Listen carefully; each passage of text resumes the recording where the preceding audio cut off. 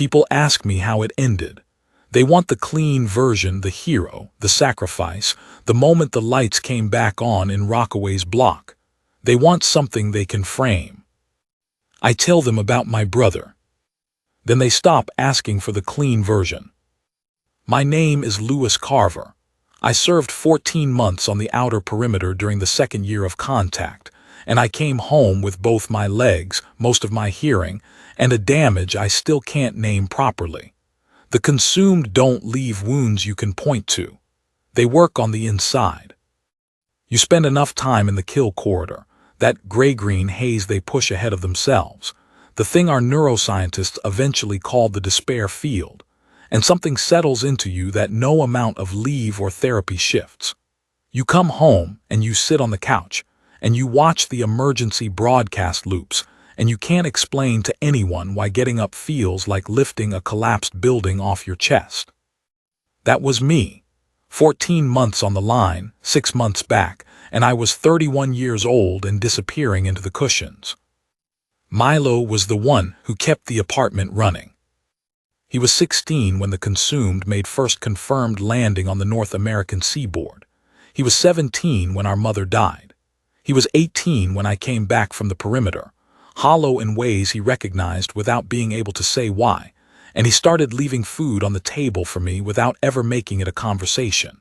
He had his own damage. He'd had it long before the consumed arrived, long before our mother chose the bathroom floor over her son's. The consumed didn't create Milo's isolation.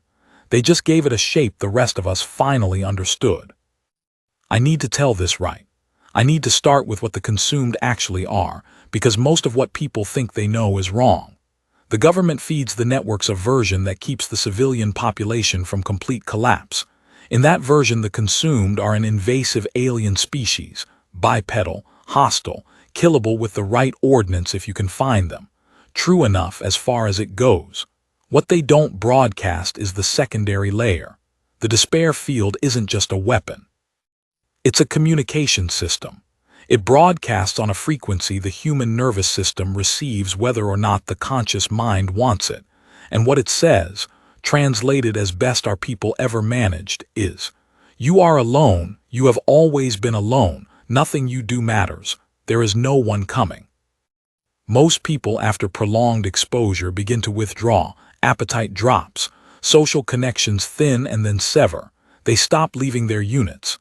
In the block it looked like poverty, like people just giving up, the way people in tight quarters sometimes do. In the second year we started calling them the hollowed. They weren't infected in any biological sense. The consumed hadn't touched them. But the field had done its work and they were gone from the inside, and some of them in their withdrawal began exhibiting behaviors our medical units couldn't categorize. They needed something, biologically. Something to do with blood chemistry, with the compounds the human body releases under extreme stress. They needed proximity to fear, to trauma. The consumed had, in a very deliberate and patient way, started farming us. That's the part they don't put on the broadcast. The block was 700 residential units stacked in a repurposed orbital-grade habitat shell, grounded on what used to be the Rockaway Peninsula after the tidal surge took the ground-level structures. 8 floors, recycled air that tasted like old metal, an interior courtyard where the service gangs operated, nominally to keep order, actually to ensure their own supply lines ran clean. Andre's crew held the second and third floor landings. They were hard men who'd been hard men before the consumed arrived, and the occupation had given them a vertical market. They controlled access to the lower-level water filtration, the medical dispensary, and 3 of the 4 exit corridors. I wasn't afraid of Andre's crew. That was probably one of my remaining problems. I'd spent 14 months in the kill corridor and I had come back and I sat on the couch, and the thing about men who have been where I'd been is that fear of other men becomes a kind of abstraction.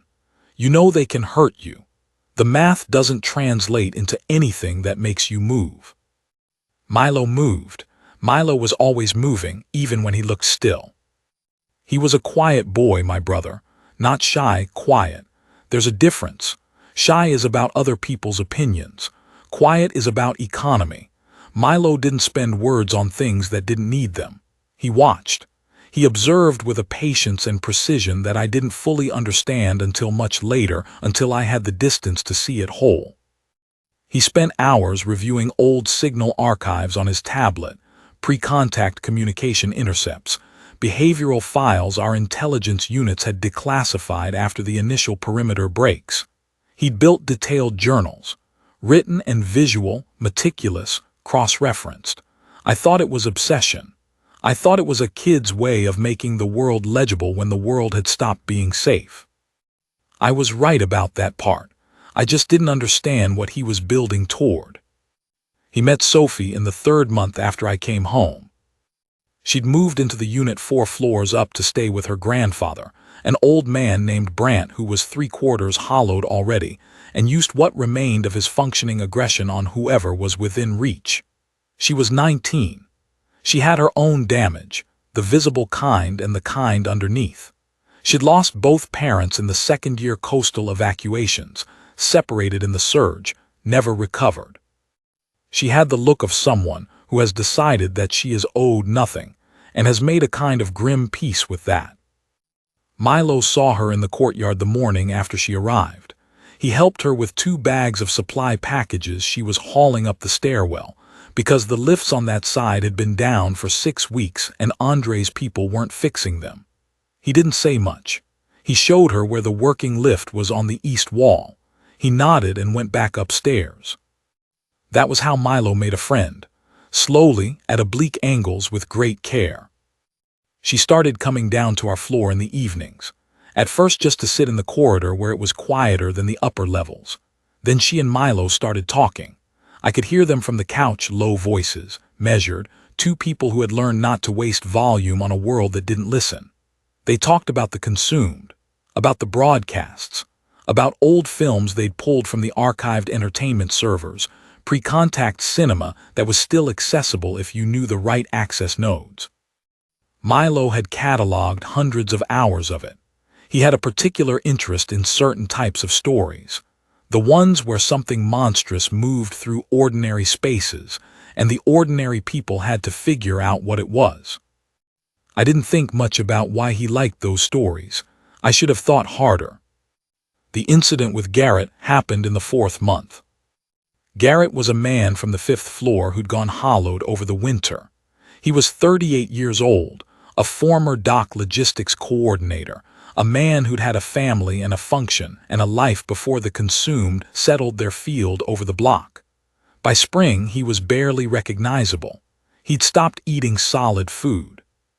He was spending his nights in the lower maintenance corridors, and the maintenance crews had started finding things down there that nobody reported to Central Command, because reporting things to Central Command meant attention from the block administrators, and the block administrators were 3/4 compromised themselves. Milo found Garrett in the east corridor the night of the 5th. I got the call on the building comm and came down the stairs faster than I'd moved in months, which tells you something about what was still functional in me. By the time I reached them, Milo was calm and Garrett was on the floor breathing in a way that sounded wet and wrong, and Milo had a hand on his own forearm where the sleeve was pushed up, and I could see from the way he held it that Garrett had bitten him. Not hard, not deep, but deliberately. I got Garrett back to his unit, and I locked the door from the outside, and I went back and sat with Milo at the kitchen table, and I asked him what happened. He told me, in the same quiet economy he brought to everything. He'd been watching Garrett for 2 weeks, observing the behavioral arc, testing a theory about the hollowed, specifically about what triggered the feeding compulsion and what temporarily satisfied it. He had pages of notes. He showed them to me, organized by subject, by date, by observable indicators. I sat there at that kitchen table and read my little brother's field research on the predatory behavior of consumed-influenced humans, and I didn't know whether to be angry or terrified or deeply, unnamably proud. I was all 3. I kept my face still because that was the only thing I had left from my training. He said, "I think I know what they respond to." I said, "Milo, You need to tell me what you're doing with this." He looked at me for a long moment with those dark, steady eyes, and he said, "I haven't worked that part out yet." I believed him. I shouldn't have let myself believe him so completely, but I did, because he was my brother and I wanted to. Here is the thing about the consume that our command structure never fully accepted, even after everything that happened in the block. They were patient, unimaginably patient. They had been pushing the despair field ahead of the occupation for 4 years before the first confirmed physical contact. They had cultivated entire population centers, softening them, hollowing them, creating the human intermediary layer before their advanced units ever came within range of our perimeter weapons. They didn't need to fight us. They needed to wait for us to stop wanting to fight ourselves. The first confirmed sighting inside the block happened 2 weeks after the Garrett incident. It came through on the third-floor corridor feeds, 4 feeds simultaneously, which was significant, which meant they had coordinated the approach. The consumed physical form is difficult to describe in a way that communicates how wrong it feels in real space. They are tall, 2.5 meters on average, and they move with a fluidity that reads as wrong to the human visual system, something about the joint articulation and the way weight distributes that the brain rejects before the eyes have finished processing. Their coloration in natural light is a deep blue-gray that absorbs rather than reflects. They do not have eyes in any placement the human face would recognize, but they perceive with a sensitivity that makes our visual range look like a keyhole. They had been in the block building sublevel for longer than the feed suggested, much longer. I know that now. I didn't know it then. What I knew then was that Andre's crew, who held the second and third floor landings, had made some kind of arrangement. I didn't know the shape of it. I knew the shape of what it produced. The lower corridors became off-limits. 3 residents who asked too many questions about the maintenance crew's new scheduling were transferred to the 12th floor and not seen again. The administrative office issued a bulletin about a gas leak in the sublevel that required extended closure. Andre himself came to our door once. He was a large man, serious in the way that men who have given up deliberating about violence are serious. He looked at me with the recognition men share who have both done things that don't resolve cleanly. He told me it was better for everyone if we kept our heads in, took care of our own floor. He said Milo should stop spending so much time in the corridors. I said I'd pass it along. He stood there for a moment, reading me the way you read a man when you're deciding whether to push. He decided not to. After he left, I stood at the window for a long time watching the courtyard below, the service containers stacked at odd angles, the 3 access points that led to the lower maintenance levels, and I thought about the kill corridor and the green-gray haze and the particular quality of silence that preceded a consumed advance. It was a smell more than a sound, like metal and old organic matter, and something underneath that the body recognized as wrong before the conscious mind caught up. I could smell it in the block's recycled air, faint but present. I went to find Milo. He wasn't in his room. He was in the corridor between the 4th and 5th floors, at the east junction where the lighting had been faulty for a month, sitting cross-legged against the wall with his journal open and a small recording device positioned on the junction housing at his eye level. He was watching the lower stairwell through the junction grate. I sat down beside him. He said, without looking up, 3 of them in the sublevel, 2 at rest, 1 mobile. The mobile one comes up to the 3rd landing between 2200 and midnight. I said, how long have you known they were down there? He said, since the 2nd week after the gas leak bulletin. I was already watching. I said, why didn't you tell me? He was quiet for a moment. Then he said, I needed to understand what they were doing before I said anything. Saying something without understanding it doesn't help. That was very like Milo. I couldn't argue with the logic. I wanted to argue with it anyway because I was his older brother, and I had some vestigial protective reflex that was apparently one of the last things the despair field hadn't entirely dismantled in me. I said, what are they doing? He said, maintaining a staging point. They're not here to hold the block. They're using it. The hollowed on the lower floors are providing them with something. I think it's a biological compound, something the body produces under chronic stress exposure. The consumed are extracting it. Andre's crew runs the logistics and gets protection and supply access in exchange. I looked at my brother sitting in the dark hallway with his journal and his recording device and his careful, methodical notes, and I thought, he has been alone with this for weeks. He has been alone with this the way he has been alone with everything his whole life, carefully, quietly, without making a sound about it. I said, "What do you want to do about it?" He looked up at me, not surprised by the question, as if he'd been waiting for me to arrive at it. He said, "I want to take them out of the block, all three of them, and I want to do it in a way that makes it impossible for Central Command to ignore." I said, "How?" He said, "The same way you end anything that depends on a closed system. You expose it." I sat with that. The corridor hummed with recycled air and the distant mechanical sound of the habitat's thermal management system. Somewhere below us, in the dark of the sublevel, something that had traveled between stars to feed on human despair was resting in the infrastructure of the building where my brother and I had grown up. I said, "Walk me through it." He did. The plan was the kind of thing that could only have come from a mind that had spent years watching things move through enclosed spaces.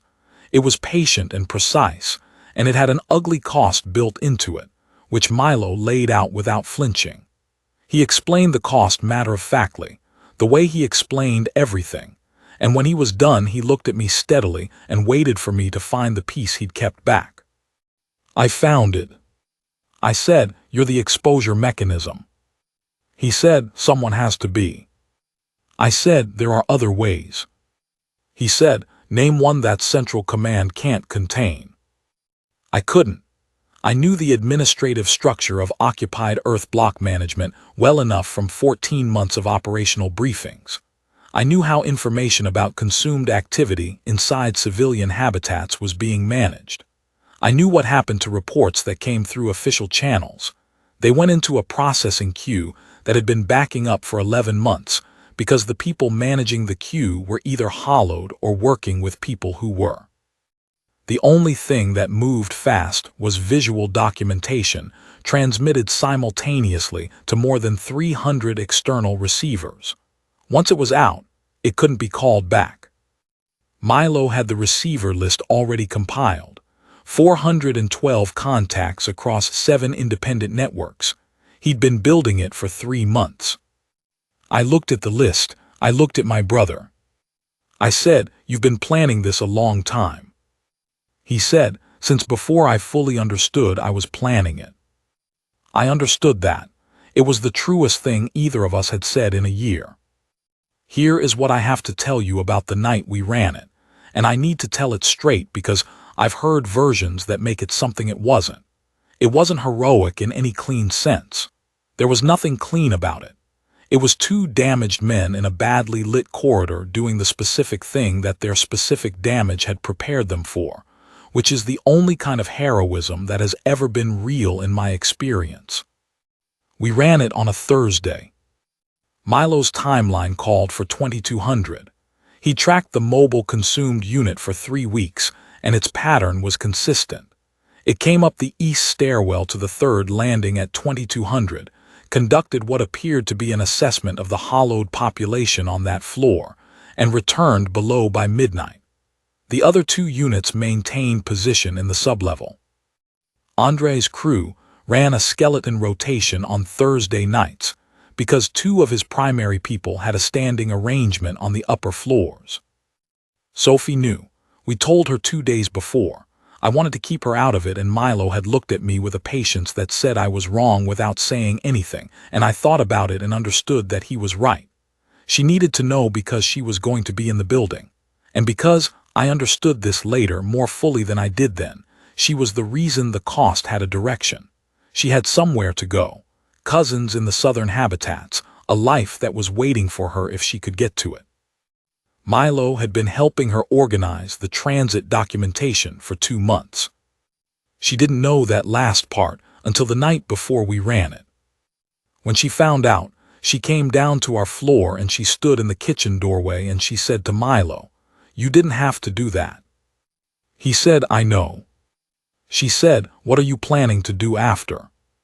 He looked at her for a moment with those quiet eyes. He said, "Take care of things here."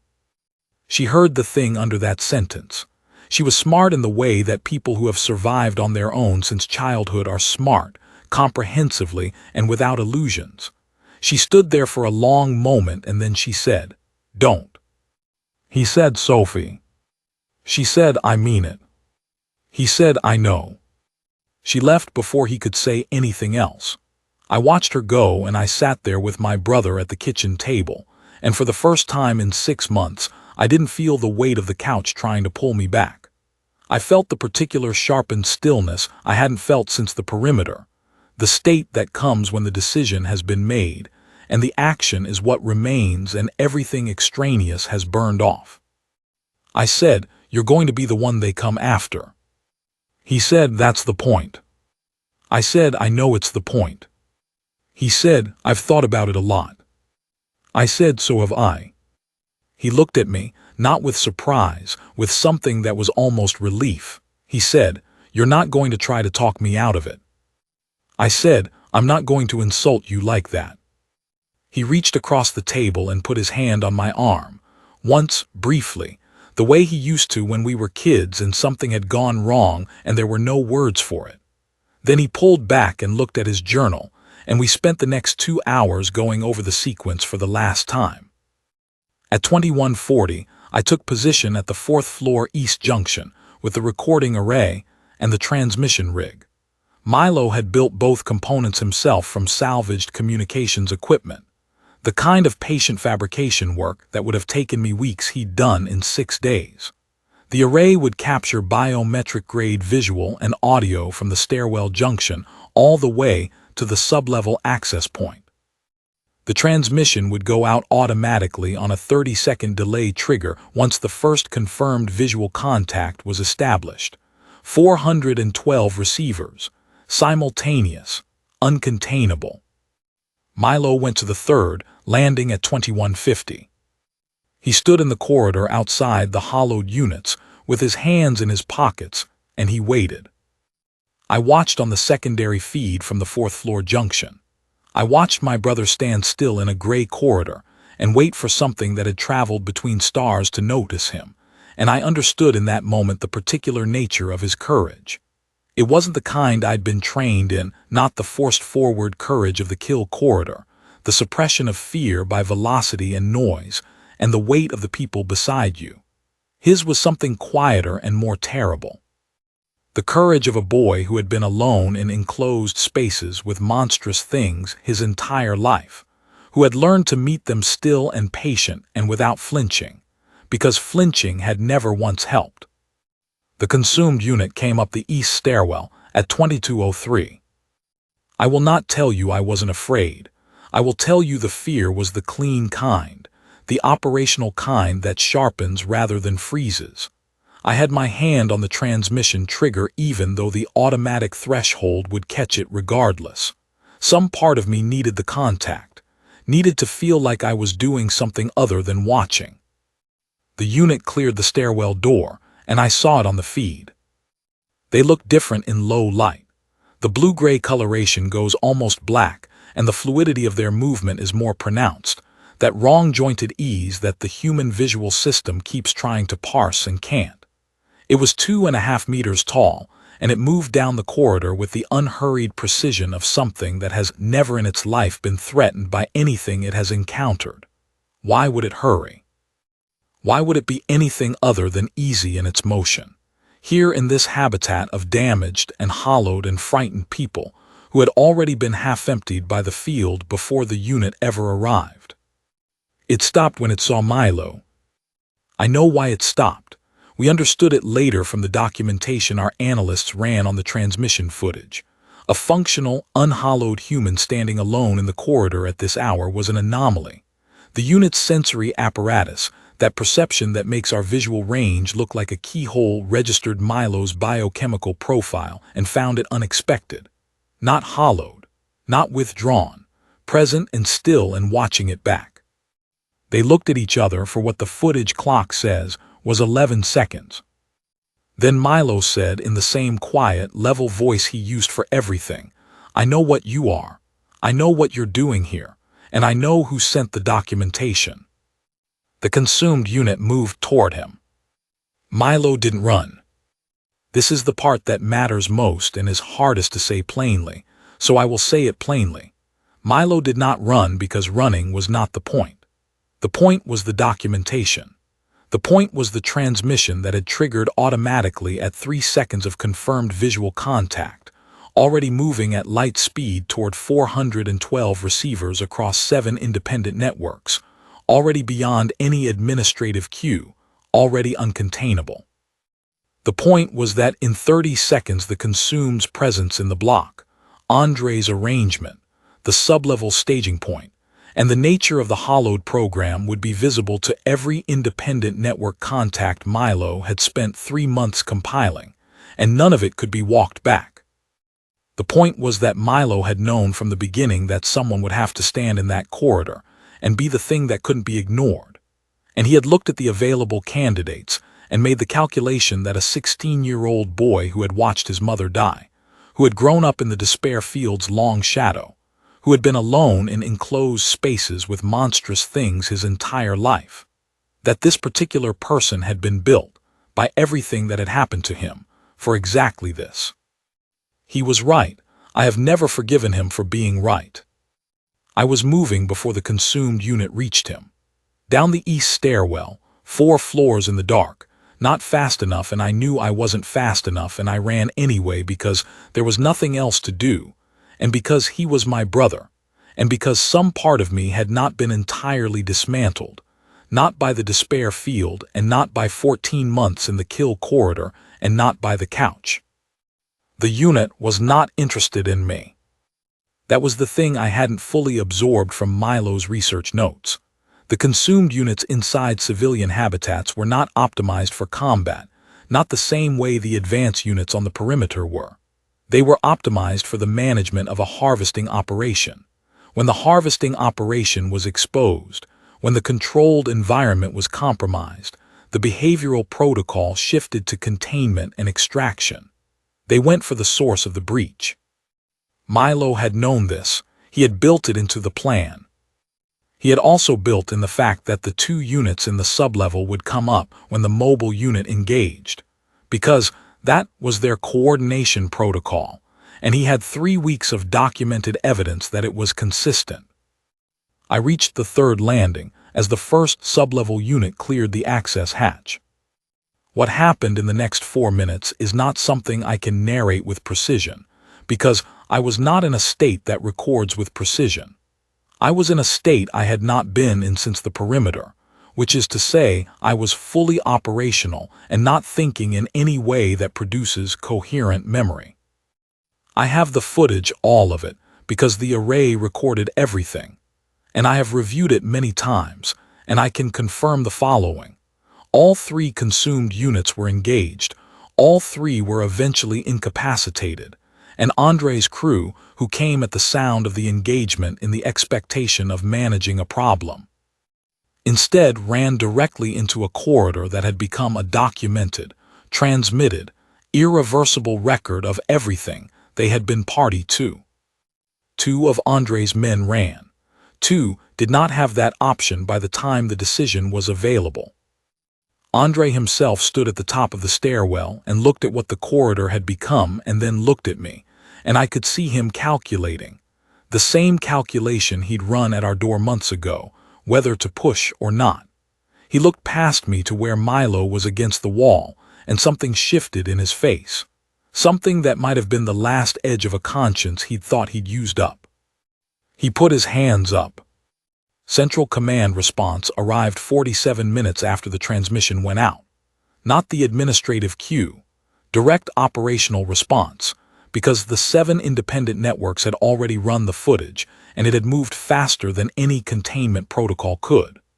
4 extraction teams and a forensic intelligence unit, and eventually, a general who'd spent 3 years on the outer perimeter and had the kind of eyes that understood immediately what he was looking at.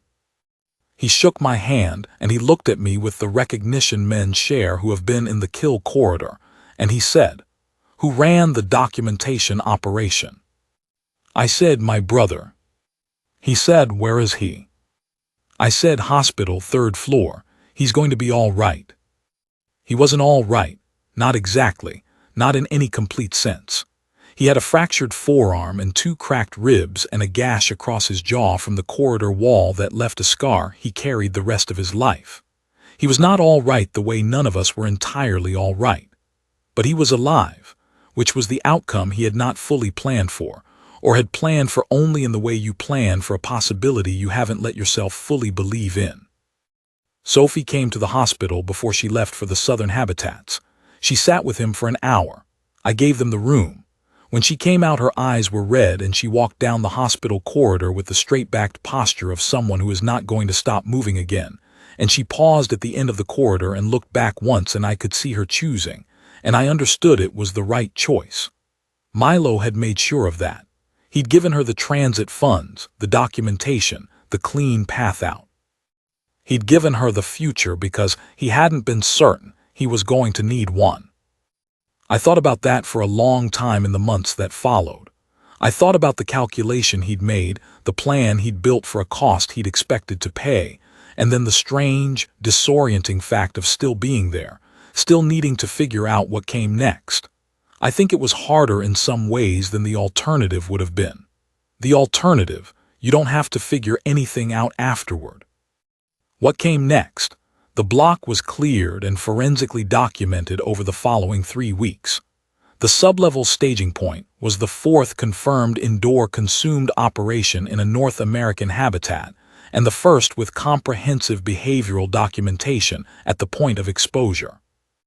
Milo's journals, all of it, the months of observation, the behavioral mapping, the research on hollowed subjects, the operational plan, were taken by the forensic intelligence unit, and I didn't see them again for 2 years. And when I did, they were stamped with classification markers and a cover sheet from the Outer Perimeter Command that said, in the careful language those documents use, that the material had materially contributed to revised tactical doctrine for consumed engagement in occupied urban environments. They offered Milo a commission. He was 19. He said no. He said he thought he'd already done what he was built for in that particular war. I understood that. I don't know if the general did, but I understood it. Stayed in the block. It was our home.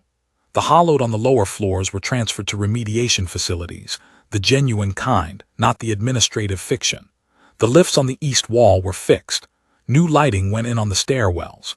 It was not a transformation. It was a series of small, material improvements in a place that had been deliberately undermined, and they did not undo what had been done, but they were real in the way that small material improvements in a damaged place are real.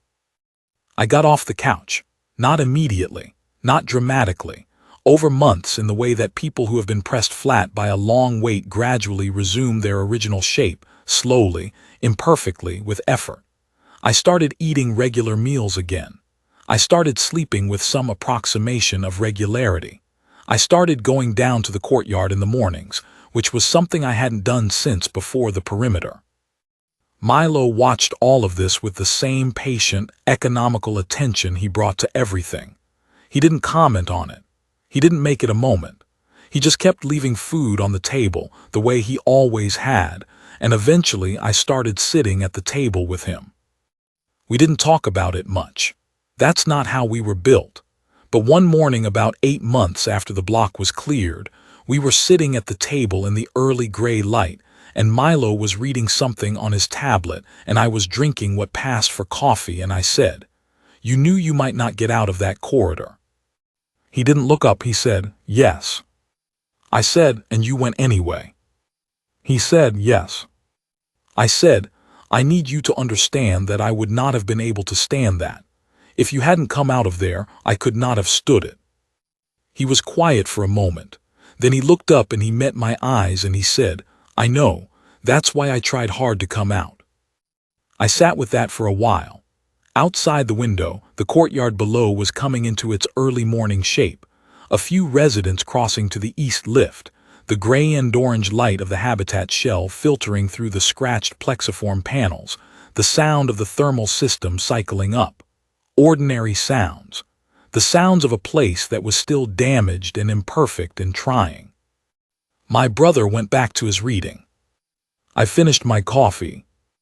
There are things I could tell you about the outer perimeter in the years that followed, about how the revised doctrine built on what Milo had documented changed the engagement profile in 3 confirmed occupied habitats, and may have changed the longer calculation of the war, but I am not the right person to tell that story. I didn't fight those engagements. I was in the block, and then I was in a remediation facility of the genuine kind. And then I was in a transit role that kept me near the eastern seaboard, and through all of it I was my brother's brother, which is the identity that has mattered most to me in my life, and the one I was closest to losing in the gray months when the couch had me. What I'll tell you instead is this: the consumed were patient. They planned across timescales we struggled to comprehend. They cultivated despair the way you cultivate a crop, systematically, at scale, with the confidence of something that has never encountered a species that refused to comply with the expected yield. They did not plan for Milo. Not for the particular combination of damage and precision and patience and love that produced him. Not for a boy who had grown up inside the thing they deployed as a weapon, and had spent years learning its shape from the inside, mapping it, understanding it, building toward a response that was not loud or violent or dramatic in any conventional sense, but was, in the end, irrefutable. They did not plan for someone who had absorbed every blow a hard world offered, and had become, in the specific shape of that absorption, the exact instrument the moment required. The consumed looked at us and saw a species in the process of being unmade by its own grief, its own isolation, its own particular genius for suffering in silence. They weren't entirely wrong. Most of the time, in most places, that assessment held. What they missed was what that suffering sometimes builds. What it built in my brother.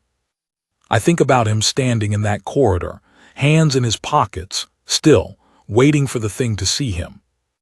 The bravest thing I've ever seen, and I've seen the kill corridor at full engagement, and I'll carry that image to the end of my days. Not because he won, exactly. Not because the outcome was clean. But because he chose to stand there fully knowing the cost, and he stood there with the particular dignity of someone who has already paid so much that one more payment doesn't break them. That's what we are at the bottom of it.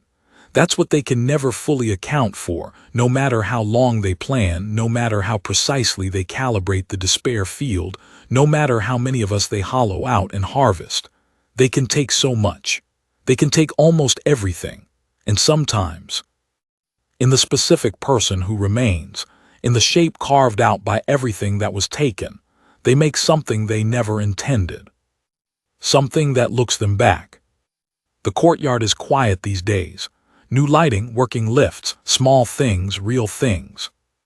My brother is 31 years old now and he still doesn't waste words, and I still leave his meals on the table even though he'd be fine without that, because some habits are worth keeping. And when we sit together in the mornings in the gray, early light of the habitat, I feel the weight of everything that almost wasn't, the couch, the corridor, the year I was disappearing, and I feel it lift. That's what I have. That's enough. Sophie sent a message 6 months after she left. She didn't send it to me. She sent it to Milo, to the block.com address she'd memorized from the corridor panel outside our unit. I know this because Milo showed it to me, which was not the kind of thing he usually did with things that were private to him. He showed it to me because he wanted me to see it. She was in the southern habitats. She had worked in logistics coordination for one of the remediation transit networks, something she'd built from the transit documentation Milo had helped her compile, turned into a working skill, turned into a function, and then into something that looked like a future. She was all right, not fixed, not whole, not untouched by everything that had happened, but all right in the way that people who have stopped running from the damage and started working with it can be. She'd written at the end, "I told somebody about you. I told them about the corridor and what you did, and they didn't fully believe me, so I told them to look up the documentation. Then they believed me. I just wanted you to know that people know." Milo read it twice, and then he folded it back into his tablet, and he didn't say anything, and I didn't say anything, and that was the right way to treat something like that. I've thought about her message in the years since, about that specific thing that people know. It seems small. It isn't small. One of the things the Consumed understood very precisely about human psychology was the attrition of isolation, the way that suffering in silence compounds itself, the way that a person who cannot confirm that their reality is shared reality begins to doubt the reality. The despair field worked in part because it worked alone in the dark, and people who are worked on in the dark for long enough begin to wonder if the dark is all there is. People know. That's the counter. That's the thing that doesn't sound like a weapon but is. The transmission that can't be called back. The record that exists outside the administrative queue. The message from a girl in the southern habitats to a boy who stood in a gray corridor with his hands in his pockets and waited for the dark to look at him. He stood there, she told someone, they looked it up. The Consumed are vast and patient, and they plan across timescales that make our entire species look like a brief weather event. They have resources and coordination, and a depth of strategic intelligence that our best analysts are still working to fully map. They have everything. We have the thing Milo did, and the thing Sophie wrote, and the thing I carry in my chest when I sit at the kitchen table in the gray morning light and hear my brother moving in the next room, hear him alive, hear him quiet, hear him building whatever it is he's building next. It doesn't sound like much, laid out that way. I have never believed in anything more. The last Consumed unit was extracted from Rockaways Block on a Tuesday morning in late autumn, 2.5 years after the corridor, 14 months after the General's teams finished their documentation work in the Sublevel. I watched from the courtyard with maybe 30 other residents, all of us quiet, nobody saying anything. The extraction team ran it clean and fast, no ceremony.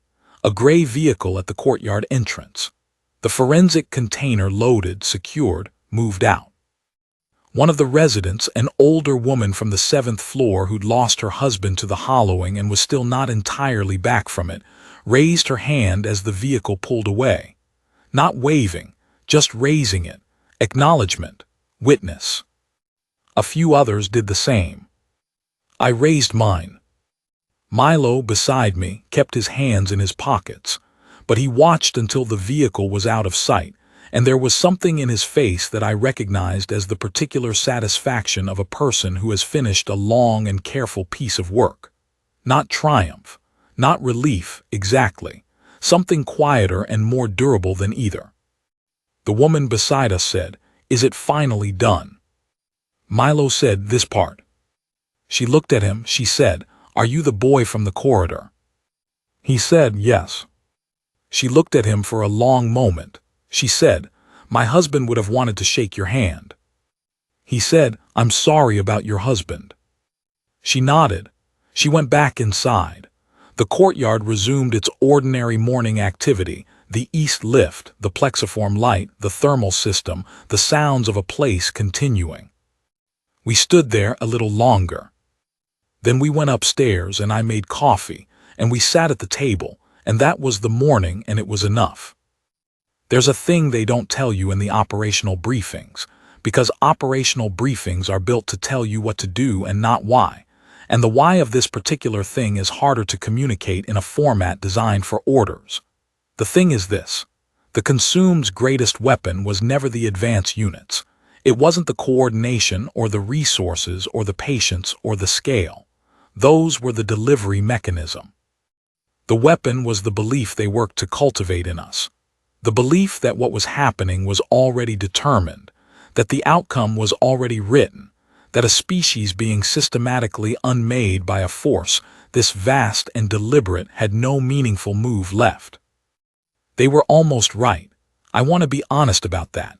There were long stretches on the perimeter in the block in the gray months of the couch, when I believed it too, in the bone-deep way that isn't a thought but a weather. The feeling that what was coming regardless. That resistance was a form of delayed grief, nothing more. Milo never believed that. I've tried to understand why. I've sat with it through years and turned it over from every angle I have. He'd had more reason than me to believe it. His damage was older and closer and more specific. Our father gone early, our mother's decline. The years of being a quiet, strange kid in a hard place with no buffer and no one coming. The despair field should have taken him before it took anyone. By every metric our analysts used to assess hollowing risk, he should have been among the first. Instead, it made him into what he became. I think the answer, as best I've found it, is that Milo had never believed the world was going to save him. He'd stopped waiting for rescue young enough that it wasn't even a wound anymore, just a feature of his landscape. When the consumed arrived and began broadcasting their particular signal into the human nervous system, "You are alone. You have always been alone. There is no one coming." Milo received it and recognized it as the thing he'd already incorporated. Familiar territory. Not new devastation. And in that recognition, instead of collapsing, something in him went quiet and began to watch. He watched everything. He watched the way you watch when you've accepted that whatever you're watching is not going to be interrupted by external help. He watched with the patience of someone who knows that observation is the precondition of action, and that action is the only thing he was going to get. What the consumed sent as a weapon, he received as information. That's not a formula. I'm not saying damaged people are weapons or that suffering produces strength in any reliable mechanical way. That's not what I watched. What I watched was one specific person, with one specific configuration of loss and intelligence and patience, in one specific moment, do the specific thing that his specific life had built him to do. You can't replicate it. You can't train it. You can maybe recognize it when you see it and get out of the way and let it happen. I almost didn't. The protective reflex in me, the older brother, the soldier, the person who was supposed to be the strong one, almost spent the months before the corridor trying to contain him instead of helping him. If I'd tried hard enough, I might have succeeded. I might have slowed him down enough that the staging point stabilized and Central Command's queue absorbed the reports and nothing changed. I am grateful every day that I looked at my brother in that kitchen and understood in time that he was not someone who needed me to protect him from the thing he'd already decided to face. He needed me to run the transmission rig. He needed me on the stairwell. He needed a particular, concrete thing that I was actually capable of providing, and when I understood that, the weight shifted. That's another thing they don't put in the operational briefings, the weight that lifts when you find the specific useful thing, not the generalized wanting to help, the precise, present action that the moment actually requires. He found his, I found mine.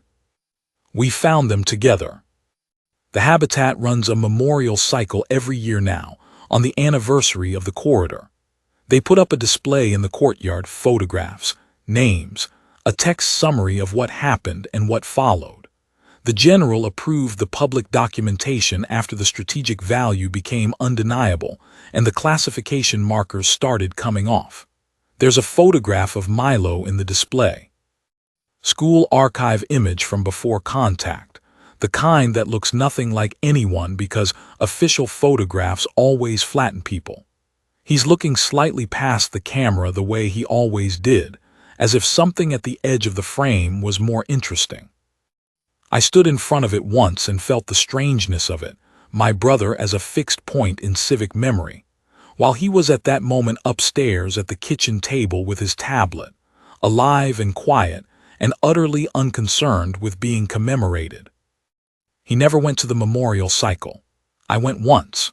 I stood in the courtyard and watched the other residents move through the display, and I thought about what any of this means, any of this recording and marking and remembering. What it is for, whether it helps, whether the weight of what happened wants to be held in a photograph or a text summary, or whether it just wants to be lived with daily, in the way that things that have become part of you are lived with. I didn't reach a conclusion. I went back upstairs. Milo was reading. I sat at the table. He said without looking up, "How was it?" I said, "Fine." He said, "Good." And that was that. In the end, the consumed were not defeated by any single campaign or strategic innovation or brilliant piece of doctrine, though all of those things contributed. They were worn down across a long engagement by the aggregate of a species that simply refused, in enough specific individual instances, to comply with the expected yield. People who should have been hollowed who weren't. Positions that should have fallen that held. Transmissions that should have been contained that weren't. Small moments of specific human stubbornness multiplied at scale until the harvest model stopped working. That's not a glorious story. It doesn't have a clean center. It has 1,000 centers, and most of them are invisible. People sitting in dark corridors with recording equipment. People passing information through unofficial channels. People in remediation facilities clawing back function day by day. People in southern habitats building something new from the ruins of the transit documents a boy put together for them because he wanted them to have somewhere to go. My brother is one center among many. He's the one I know. I'm telling you his story because stories are how we mark the centers. Not to make a monument, not to produce a hero for the broadcast, but because the consumed wanted isolation and silence, and the counter to isolation is acknowledgement, and the counter to silence is the plain and specific record of what happened and who was there. Milo was there. He stood in the corridor. He came home.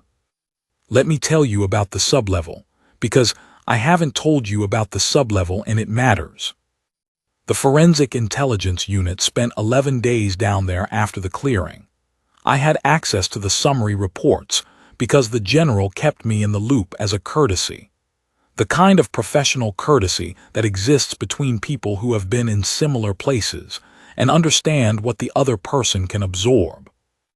The summary reports described a space approximately 40 meters by 20, converted over an estimated 16-month period from standard habitat infrastructure into what the analysts called a sustained biological extraction facility. What that meant, stripped of the documentation language, the consumed had built a place where hollowed residents could be managed and processed. There were containment structures, not cages, nothing as crude as cages, but spatial arrangements that controlled movement and exposure. There were what appeared to be monitoring stations, biological sampling equipment of a design that our engineers spent months reverse engineering. There were logistical support elements. And this is the part the analysts found most significant, that had been built with human hands, using human tools from human materials. Andre's crew had built part of it. People from the block had built the thing that was consuming the block. I read that and I put the report down and I went to the window and I stood there for a long time. Not angry, past anger, something older and quieter than anger. Grief, maybe, for what the despair field does to people, not just the hollowing, not just the withdrawal, but the conversion. The way that enough pressure and enough isolation and enough time can turn a person's hands against their own community. The way the consumed didn't just harvest despair, they industrialized it, they made people complicit in it, they made the harvesting self-sustaining. It was elegant in the way that very terrible things can be elegant, precision engineered, morally annihilating. And it had been running under our feet. I went and found Milo and I asked him when he first understood what was in the sublevel. Not when he confirmed it, I knew that from his notes, when he first understood. He said, "About a month after you came home." I said, "And you kept watching?" He said, "I needed to understand all of it before I could figure out what to do about it. If I'd reported what I suspected before I had the full picture, they would have shut down the investigation and rerouted it into the administrative queue, and that would have been the end. I said, "You were 16. He looked at me, he said, "Yes." I sat with that for a while. A 16-year-old boy carrying the knowledge of what was in the sublevel, watching me on the couch, keeping it together alone for months while he built the documentation and the receiver list and the transmission rig and the operational plan, leaving food on the table, helping Sophie with her transit papers, all of it. I said, "Was it hard?" He thought about it honestly, the way he thought about everything. He said, "The worst part was not knowing if it was going to be enough. The plan, the corridor, the transmission, I was confident in the mechanics. What I couldn't know was whether enough people on the outside would act on what they received, whether it would actually move anything. That part I couldn't control, and I had to accept that I couldn't control it." He paused, he said, "That was hard." I said, "But you did it anyway." He said, "Yes." I said, "Because of Sophie." He was quiet for a moment. He said, "Because of a lot of things." I let that stand. Some things are complete in themselves and don't need excavating. He loved her, and she'd given him a reason to want the world to be better than it was, and he'd built that reason into a plan that would outlast whatever happened to him. And all of that is true at once, and none of it diminishes any of the rest. The consumed see us as a harvestable resource. They see our grief and our isolation as the crop and our compliance as the natural order of things. They have been wrong about us before. They were wrong in the block. They were wrong about my brother. They were wrong about me, for that matter. The couch wanted me, and I let it have me for months, and it nearly won. But it didn't win. Something in me that I still can't name precisely, some vestigial function, maybe just the biological refusal to stop, it held. Barely. Long enough. Long enough is all it ever needs to be. The block is quiet tonight. I can hear the thermal system through the wall and the distant sound of the east lift running, and somewhere on the floor above, someone's child is crying and being soothed and going quiet. Ordinary sounds. The sounds of people living in the particular, imperfect way that people live. Milo is in the next room. He is 31 years old. He is reading something on his tablet, and occasionally he will look up with that particular focus when something in the text makes a connection he wants to follow, and then he will look back down and continue, patient and quiet, building whatever he is building. I got off the couch. He came out of the corridor. That is the whole story, and it is enough.